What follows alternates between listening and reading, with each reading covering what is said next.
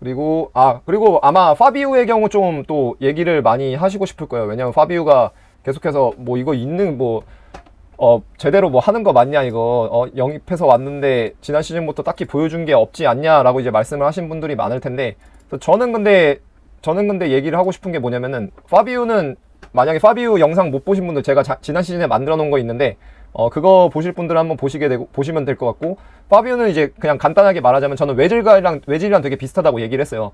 웨질이랑 비슷하다는 게 뭐냐면, 본인이 공을 오래 가지고 있는 선수는 아니에요. 방금 얘기했던 마르틴처럼 공을 가지고 본인이 포지션을 소모해서 클러치 상황에서 수비를 벗겨내고 뭐 득점까지 가는 플레이를 가져가는 선수는 아닌데, 대신에 최대한 수비를 직접적으로 맞닥뜨리지 않는 상황에서 공을 주게 되면은 흔히 얘기하는 킬패스, 득점까지 갈 수 있는 패스를 넣어주는 데 있어서는 굉장히 특화되어 있는 선수예요. 그리고 또 왼발잡이고, 그러다 보니까 저는 웨질이랑 굉장히 비슷하다라고 얘기를 했었는데, 예전 아스날로 보게 되면은 이제 웨질이 결국에는 초반 같은 경우에 초반 두세 시즌 정도 도움을 굉장히 많이 기록할 수 있었던 거 또 뭐냐면은, 이제 산체스가 있었기 때문이랑은 약간 연관된다고 볼 수가 있거든요.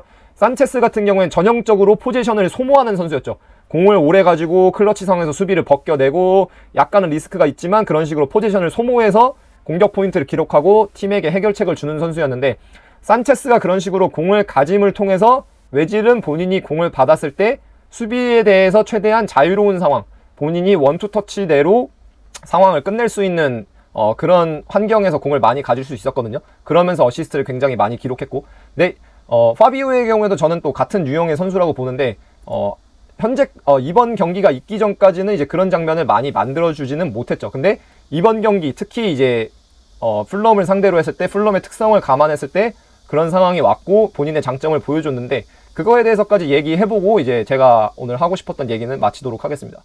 네, 우선 파비우가 교체로 들어가고 전반적으로 좋은 활약을 보여준 건 맞는데, 저는 그 파비우가 좋은 활약을 보여주게끔 하기 위한 장치, 감독이 연출한 상황 자체도 저는 굉장히 흥미로웠다고 생각을 합니다. 그래서 지금 상황을 보시면은 지금 상황을 보시게 되면은 여기서 이제 득점이 필요한 상황이어서 한 명 더, 이제 벤 같은 경우가 약간 애매하긴 한데, 벤 뭐 제외한다고 쳐도 또 똑같아. 하나, 둘, 셋, 넷, 5명. 그리고 플럼 백라인 4명 돼 있죠. 또 5대4 상황인데, 이제 파비우가 들어가고 나서 이제 약간은 바뀐 게 뭐예요? 파비우의 경우에는 이제 보통 우리가 얘기하는 이 제가 계속해서 말씀드린 라인과 라인 사이 포켓에 있는 경우도 있었지만, 지금은 되려 원어원 옵션이었던 마르티넬리가 포켓으로 들어가 있고 되려 파비우가 측면으로 나와 있는 걸 볼 수가 있습니다.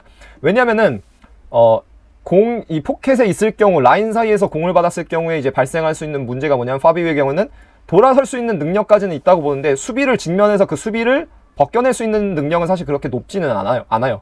근데 그렇다 보니까, 그러면은 파비우가 가진 장점, 제가 방금 말씀드렸던 것처럼 뭐예요? 최대한 수비에 구속받지 않는, 수비로부터 자유로운 상황, 그리고 결정적인 건 뭐야? 앞을 볼 수 있는 상황에서 공을 받게 되면은 이제 계속해서 차이를 만들어낼 수가 있거든요. 득점까지 가는 패스를 이제 할 수 있는 선수가 파비우인데, 그렇게 하기 위해서 지금은 이제 어떻게 해버린 거예요? 이제 왼쪽 유닛이죠. 지금은 진첸코, 파비우, 그리고 마르티넬리, 이 왼쪽 3명 유닛을 통해서 위치 로테이션이 이루어졌고, 그러면서 이제 파비우가 측면에 위치함으로써 지속적으로 앞을 볼 수 있는 상황, 그리고 수비로부터 시간적, 공간적으로 좀 더 여유를 가질 수 있는 상황 안에서 공을 넘겨받게 됩니다. 그래서 후반전 보신 분들 중에 아마 눈썰미가 있었던 분들은 기억하실 거예요. 얘 왜 중앙에 있지 않고 왜 측면으로 빠져나와 있지 돼 있는데, 방금 제가 말씀드린 그런 이유라고 보시면 됩니다. 지속적으로 앞을 볼 수 있고, 그리고 수비로부터 시간적, 공간적 여유를 좀 더 확보해서 수비 뒷공간을 겨냥할 수 있는 패스를 넣기에 조금 더 적절한 공간이 사실은 이날 경기 상황으로 봤을 때 어디였던 거예요? 측면이었던 거죠.